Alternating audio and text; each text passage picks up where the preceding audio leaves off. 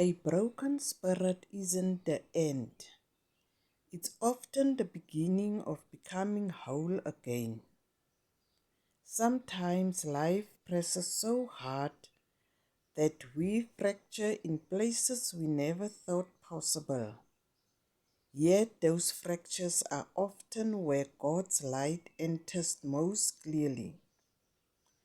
When you feel too weary to stand, remember, even the soul must be broken before a seed can grow.